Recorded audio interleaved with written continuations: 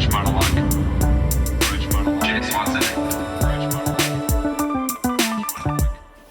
Podcast. Jay Swanson. Podcast. Grudge Monologue. Grudge Monologue. I want to give you feedback here. There's a little bit of an intro made by Sonny Greenwich Jr., the one and the only, who put that together just out of the passion that he has for music, and it's really cool. Go check him out. I'll link to him below. But he's a patron. He's been a long-time patron, and he made a theme for the Garage Monologues, which is super cool. Oh shoot, I'm not recording on the good sound. You're gonna get some really crappy sound there at the beginning, and now we should have good sound. I hope that didn't wake the puppy up. No, he's good. He's very, very asleep. Today I was going to talk about how I don't want to do any more hard things. And it's not really true. It's not that I don't want to do more hard things. I also got to figure out how best to go around setting the microphone up so that it sounds good, but doesn't totally obscure my face. It's going to be a real monologue this week. I feel like I want to do these every 2 weeks or so. So a little bit of housekeeping to start. I want to do a garage monologue every 2 weeks. Once with a guest, one without. So one a month with a guest, one without, just to try it out and see how it goes. I'm also deciding or debating, do I keep this patron only forever? Do we release it later, in seasons for non-patrons, and then you only get it as it rolls out if you are a patron? Because I do want to continue to find good ways of just adding value to being a patron of mine. But I also, I feel like if anybody that is interested in knowing more of the backstory or being incentivized into becoming a patron and getting to participate, they're going to want to know what they're getting into to some degree. So keeping everything private, especially permanently private, kind of works against that to some degree. So I'm open to your thoughts. Feel free to leave those on the post that this goes up on over on Patreon. I had a lot of energy before I went and worked out, and now I'm kind of on a little bit of a slump. So we'll see how the coffee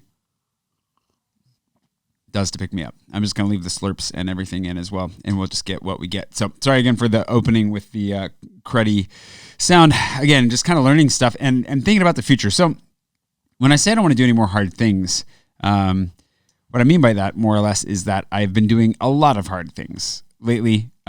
It's kind of a personality trait anyways. I tend to just line up as many challenging things for myself as possible and then just dive right into it. And I don't think that's a bad thing necessarily, but it definitely has led me to be very scattered, to get burned out.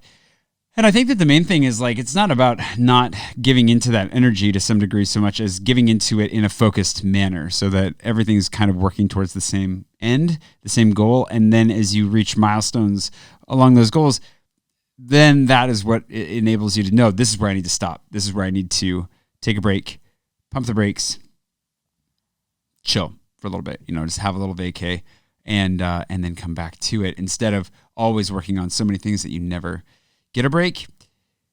But what are the hard things I'm talking about? Some of them, we've talked about this briefly before, a couple of them, but I burned out just doing the vlogging thing, and I've been trying to figure out what my vlog looks like, what my YouTube channel looks like. It's obviously been in a long, weird transition, and I'm very grateful that you've been there for most, if not all of that. Hopefully you can't hear too much of the banging going on outside. Always some scaffolding somewhere being built or torn down when you're trying to do something with audio. The tragedy of my life. So one hard thing is trying to be patient with environmental noises. That's obviously one of the ongoing challenges of life in Paris.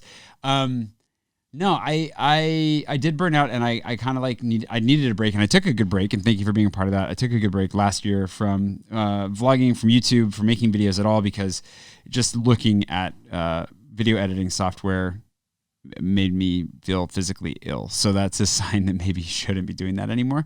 And the funny thing is that when I stopped, because I never really stopped, I'd always kept making videos one way or another and kept things going for a long time. But when I stopped, everything else just became easier, despite the fact that I was burned out. I got COVID. I was exhausted. I was sleeping all the time, and took 3 weeks to really just do nothing. When I started doing things again, there was that part of me that wanted to pick up a new challenge. and not a work-related challenge, but there's a bunch of personal stuff that I've been wanting to do. And I was like, okay, I got to get on top of this. For one, I realized just how chubby I'd become, thanks especially to lockdown, I think. And so I was like, okay, I'm gonna actually see the goals that I had in the past through to the end this time, and lose the weight that I knew I needed to lose. And the funny thing is, the crazy thing is that I wonder if I close the window a little bit. That helps a little bit, at least. Hopefully, we'll see. We're learning as we go.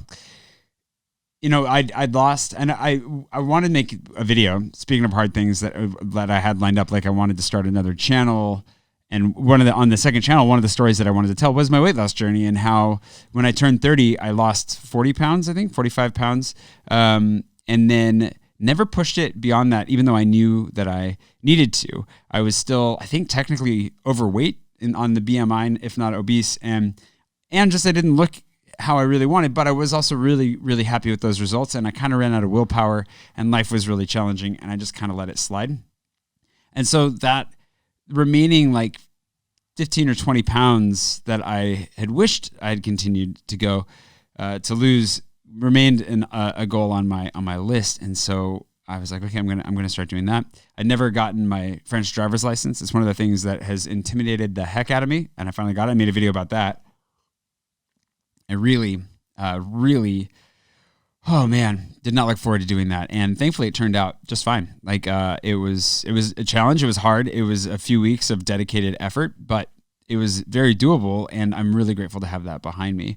And so I was just knocking out some stuff like that. Obviously the whole URSAF thing, if you listened to the last episode, you know that, the French tax man came and knocking and asked. It was not even the tax man, it was the future tax man. It was like the Terminator came back from the future, and instead of letting me know that I was going to lead the revolution, it was like, you owe us taxes from your future self. I was like, cool, that's great.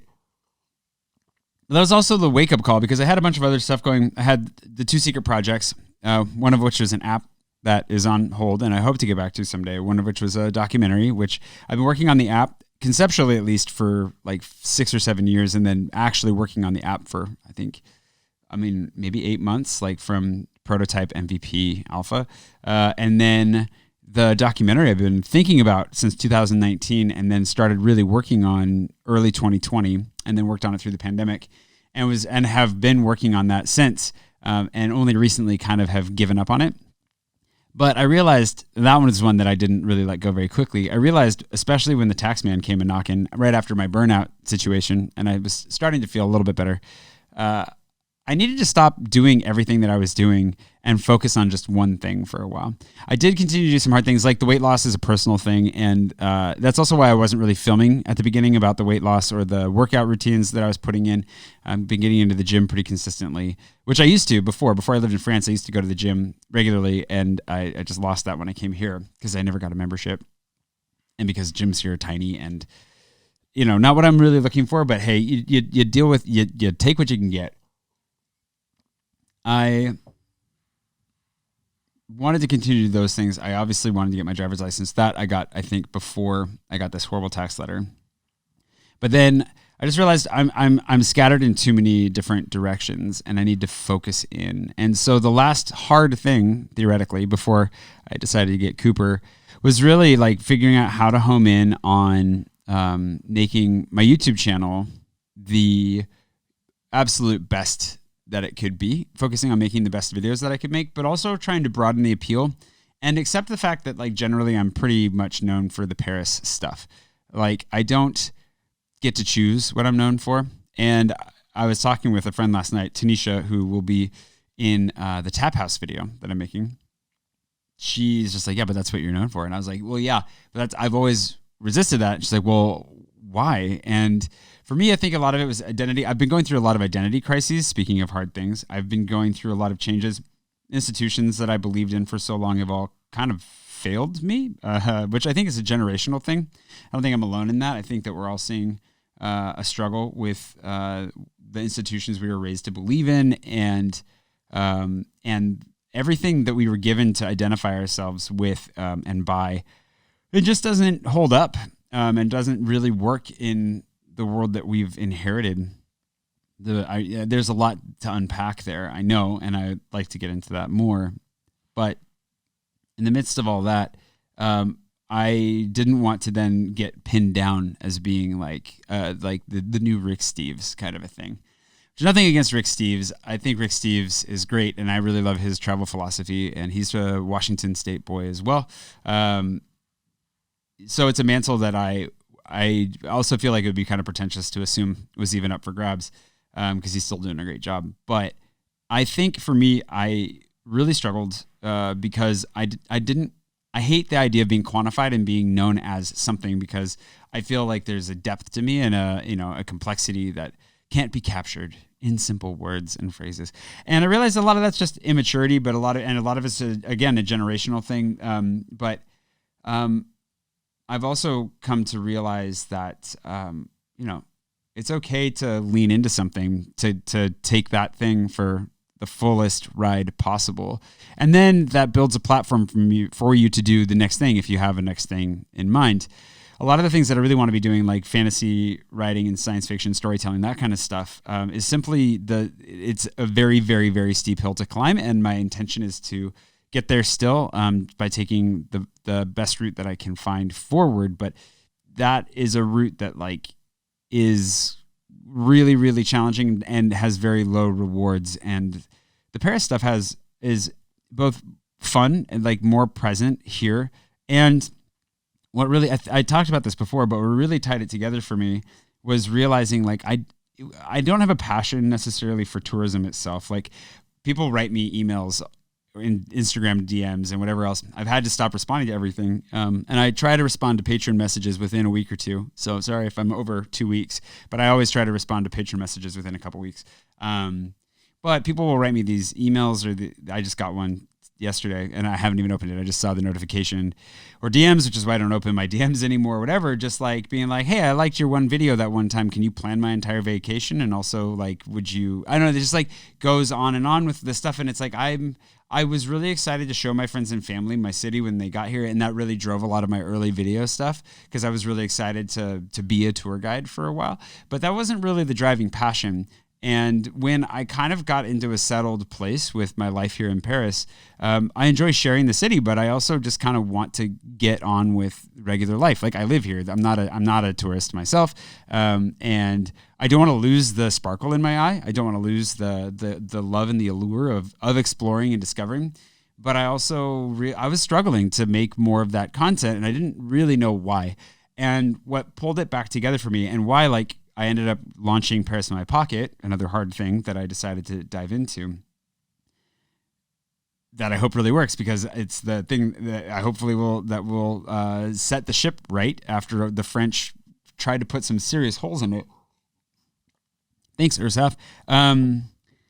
Is that what I'm still passionate about, though, is what had launched the Metro video and the Louvre video and some of those videos that did go pretty far, was that people I would hear at the cafe or just out and about, or tourists when I was a tour guide, that would say oh, Paris, it's so confusing and the people aren't nice and the food is bad and the coffee is terrible. And within a given context, all of those things can be true. The coffee here can definitely be pretty terrible if you go to the wrong places or to a lot of places. People here can come across as very rude, especially if you're not used to big city life. Same with the streets being dirty, and the metro certainly can feel confusing if you've never taken public transportation before, let alone an underground train. So I get it. And I think for me, I just was it hurt me because I love this city so much. Obviously that I want to live here, and I wanted to then share, okay, I feel like if you just had a little better information, you wouldn't feel this way. And if I could put a dent in the percentage of people that leave Paris feeling dissatisfied and upset and hating the French and never wanting to go back, and that experience, if I could help to minimize how often that happens, that for me would be a huge success. And I totally lost sight of that. And thought, oh no, what I'm doing is tourism videos. So let me give people tours basically and help them to see the city. And it's funny because the nuance is pretty, it's a fine line between the two, really. With what I'm making right now for like Paris in My Pocket is very clearly geared towards visitors, towards tourists, towards people that are looking for places to go and are looking for tips on how to get around and, just trying to quell some anxieties before people even get here. That is very, very truly what is happening. But like the core of it is the differentiator. Just wanted to mute the microphone there for a second. Excuse me. The differentiator being that like I don't know what it is about tourism necessarily that gets people up and going, and they're going to have their own passions and their reasons for doing it. And a lot of people that are very passionate about tourism and do a great work, and I'm grateful that they're here and doing what they do because they make people's experiences in Paris so much better. And good tour guides, good tour companies make all the difference, because when people show up and they're having their vacation, that might be the one time they actually get to leave the country. It may be the first time they leave the country. It may be the introduction to a completely different lifestyle and opening their world. And it can, so I think it's actually, I didn't really give myself or tourism as a whole the credit it deserved for how impactful it really could be on an individual's life or on a group's life, a family's life. And so I didn't fully respect it. And partially that's a lack of self-respect. Like anything I'm doing, I genuinely and generally just don't respect as much because I'm like, well, if I can do it, anyone can do it. And obviously, I'm working on my own self-respect over here, obviously. I know that's another thing, graduating from therapy last year. That was another hard thing to do. I'm still a work in progress, but aren't we all? So for me, actually hanging out one-on-one, meeting groups of people, doing tours, that kind of stuff doesn't do it for me. Like I used to like it, but I think that's because I had a need for some attention that has been overfilled. And I don't need to be the center of attention anymore. I don't need to be the guy who's leading and showing people around and anything like that. Like I'm happy to, hang out on the side, which is a huge shift for me. That's because I've always been kind of a big man on campus, showy, like do the big like performances and lip syncs and stuff like that. I used to love doing all that, and not so much anymore for a number of reasons. And I think it's mostly good and healthy. Although I'd like to get back to performing just for the fun of it and not because I have a need I need to fill. But what then came around to me, and in that inability to understand, like, why am I struggling to make this stuff? It's just that shift in mentality. It's not even that the content itself necessarily is all that different, but it went from me kind of having no rudder, no real direction in why I was making it. I didn't have a why I was making these videos. It was just kind of like, this is what I make, so I'm going to keep making it. And that made it hard to continue. Like the 80 and 8 was a lot of fun, and maybe I'll get back to it at some point, but for whatever reason, it was also really hard, and I struggled. It really pushed me towards burnout faster and harder to make those videos. And this is why, like, I would say, I don't know why, but really it's because I was just making them to make them almost. I'd set a goal for myself, and me, like if I set a goal and I'm going to be disciplined, I'm going to go. So I've had to learn how to quit things this year, which has also been hard. And so in quitting that and just kind of taking a step back, I didn't really know what I was doing or why. And then I was reading this book, which is a really cheesy title, but highly recommended if you're into business stuff, if you want to build a business, especially in the modern era where you can be a one-person business or a very small business and scale globally, then this book is great. It's The Fast Lane for Millionaires, I think, which is a really cheesy name, and the way he writes is fairly abrasive, but he does it specifically because he knows he's writing to an audience that is only going to be pulled in by a little bit of machismo. And it was a good book. But one of the things that he said, there were two, which you've heard infused in what I'm saying today. One was what I said earlier about impacting lives. He said the goal, like, wealth is not money. Wealth is your health and your time, your family, your relationships. Like, wealth is something that money can help build space for. So you can build space for the things that are genuinely important in your life, and money can help you do that. So don't shy away from wealth, which the way that I was raised, wealth was evil, money was evil. Not maybe necessarily overtly, but the shame around money. So I've avoided having money for most of my life. That was really helpful. But he said that the way that you generate money and build that wealth is by having an impact on people's lives. Like the bigger and more positive an impact you can have, the more money will be waiting for you on the other side. So if you can either impact people very deeply on an individual basis, like they will pay a high premium for that one-on-one or a small group thing. If you can impact lots of people, then you'll have a lot of people that give you a little bit. And if you can impact a lot of people deeply, then you're hitting a sweet spot there.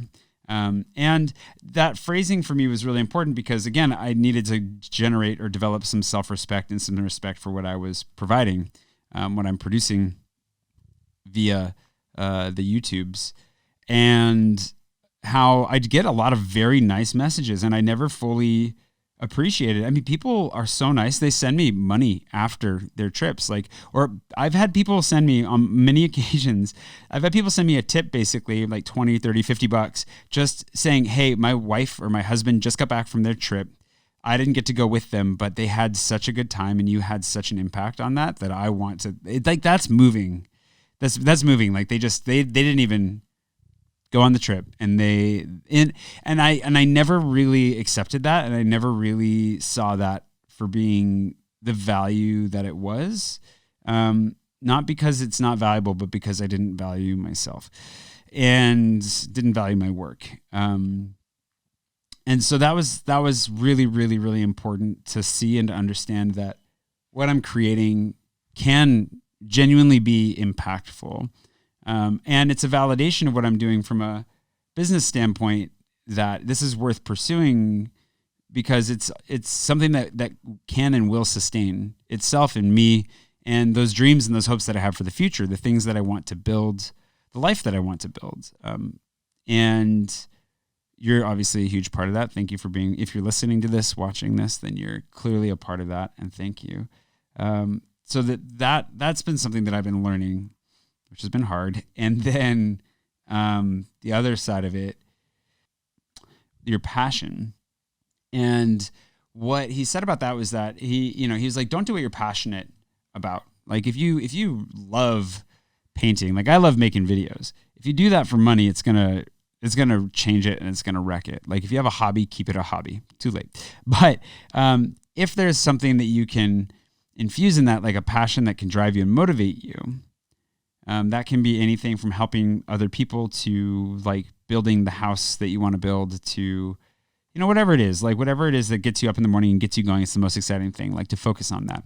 And that was the thing that in thinking about it, reflecting on it, journaling a little bit, that stood out to me when I realized, oh, my passion is helping people to love this city, like giving people the information they need to have the best chance possible of loving Paris right off the bat. Like, how do I help them to get through the stress and the annoyance of entering into one of the train stations, getting into Charles de Gaulle? Like the train stations are okay. The airports are brutal. In my opinion, I think I used to love Charles de Gaulle and now I'm just like, ugh, it's so bad. There's so many better airports in the world. The middle of the century was not kind to French design, but how do I help people to overcome these challenges, avoid scams, get oriented, know where to go, know where to eat, know where to drink, to put their feet up, to get a good photo, to have a nice time? Like, obviously there's a million people telling you what to do in Paris, and there's a gajillion ways to do Paris. And I can only offer my side of it and my, view on it. But my goal isn't to, again, become the Paris guy. Like I'm not going to go so mainstream that everyone's going to come to me, because I think that becomes bland and loses all sense and taste of who I am. But what I want to do is be the Paris guy for some people, and to make sure that they have the best possible time that they can. And one of the things that's been very hard for me with the whole like parasocial relationship side of things and connecting with so many amazing people, like so many of you watching this and listening are so kind and so amazing, and so many other people that are not patrons, but I've met in other ways or are constantly commenting. They're just around and are very nice, and are just lovely. And I think I would probably get along with great it's just overwhelming at some point because I'm a recovering people pleaser. I have a hard time saying no to people. I have a hard time ending conversations because I feel like I'm being rude just by being like, I literally need to go. I have a puppy. I need to wake up. Is he awake? Nope, he's still sleeping. We had a late start this morning. I think I said that earlier. You know, I think that's also been one of the overwhelming things of knowing that the tourism side of things is very powerful and connective. Like people really want to connect when they're here. And I know that because I get, again, lots of invitations for coffee and drinks and dinner. And it's always very nice, but it's overwhelming and it's hard to know what to do with exactly. And so I'm trying to do my best, trying to be a very gracious, graciously practicing the yoga of no, and also practicing letting go and not having FOMO, because the hardest part is knowing that I'm missing out on meeting some really cool people. And, the social anxieties and whatever else that crop up because of all that, like just need to be dealt with first. And I need to be in a healthy, happy, stable, secure place before I put myself out there too much. And I need to remember that despite having this sense of connection with the amorphous blob, as well as the one-on-one connections that come back from that, if that makes sense. I haven't talked about the amorphous blob in a while, but it's all confusing and kind of messy and wonderful and glorious, and I really like it a lot, and it's really cool. It's also just, it's a lot. And so I think that's another reason why I kind of pushed away from that. So all that to say, there's been a lot of good stuff going on, a lot of hard stuff. I've had to let go of a lot of projects. Some are on the back burner, some I'm just dropping entirely. Focusing on Paris in My Pocket, getting that up and running because I know that it'll do well. I know that I believe in it, and I think that belief is showing fruit. I think that it just offers that information that people need. I'm a little bit tired or just bored with telling my own story in a way. Like this is a good way of doing it, where I can just do this in an unfiltered sit down talk kind of a way. But vlogging about my daily life, I've done it 1,200 times. I've made, if you include weekly vlogs, I've made, maybe even more than that, 1,300, 1,400 videos. Yeah, at least like 1,400 vlogs about my life. And I believe that I could get back into it. And someday I would like to do like a limited daily vlog run, like for a month or something, just to go for it. I think it'd be a lot of fun. I miss it, but I'm just kind of like, I need a break from it. And so this is a good way to take a break from that by making videos specifically about the Paris stuff. Go to California. I'm filming a little bit. Like I'm already filming season 9 when things are happening. Like films when we went to Barcelona to make sure I got Cooper's first flight, and my first time in Barcelona. Filmed helping a friend move into his place. Filmed. I'll keep filming a little bit. Film a little bit in California. Film me applying for my French citizenship, the next hard thing on the list. But all that to say that like I've come to recognize and understand that life is an endless series of hard things, whether they're inflicted upon us or we choose to inflict them upon ourselves. That's all life is moving from one problem to the next and working to solve it. And then the next one comes. And I think we tend to fixate on this future that will alleviate that forever, that we will somehow reach a plateau where we've dealt with all the problems. They're solved now. Congratulations. We can move on. And that future doesn't exist, because there will just always be problems. And the harder we work at solving all of our problems, in a way, almost the more problems we bring on ourselves, the more that we just pile it on and add space for more of them to enter into our lives. Not to say you shouldn't try to solve your problems. Obviously, we should try to solve them. But by accepting that they're always going to be there, I feel a sense of freedom to be like, okay, well, let's just approach the ones that are in front of us, deal with those now, and then we'll see what comes after. And so when I say I don't want to do any more hard things, I don't really mean I don't want to do any hard things. I mean, some days I don't. I'd rather just sleep in. But what I mean is, well, let's just keep doing hard things. One at a time, or as many as we have to at a time. I'm almost at the limit. I think the camera's going to cut out, which was exactly what it did. But I think that that's good for today. A couple other things. Well, Cooper's going great. We can talk about Cooper some other time. working on impulse control so he doesn't jump at other people and dogs and pigeons and children and stuff like that, because he's just so excited to play. That's all he wants. He just wants to play. It's cute. It's lovely, but it's got to stop. I also ordered some new stickers for 3-year patrons. So we have a thing. We have the loyalty stickers for 6 months, a year, and 2 years. And we've been sending random stuff to the 3-year patrons to thank them. And I was like, let's just make a new one. So it's actually a Cooper sticker, which I'll show you at some point here. And we may turn that into like a shirt or a mug or something. But the sticker, of course, will remain only for patrons. So we will be sending those to you soon once I have them. And Kate will get those out. Kate's still working with me just on the mailing, which is really, really huge blessing. I'm glad that she's around. Maybe we'll have her on a podcast one of these days so you can get some of the assistant little sister secrets. She's basically my little Parisian sibling. She'll never replace my real sibling, my sister Karen, who if she's listening to this, will always be number one in my heart. But Kate's got some dirt, and she might share it with you. That's about it, I think. I've got to go have lunch with Lindsay. I'm filming a little bit of like sneaky sandwich videos, like good sandwiches in the city of a variety of types, which I think will be fun.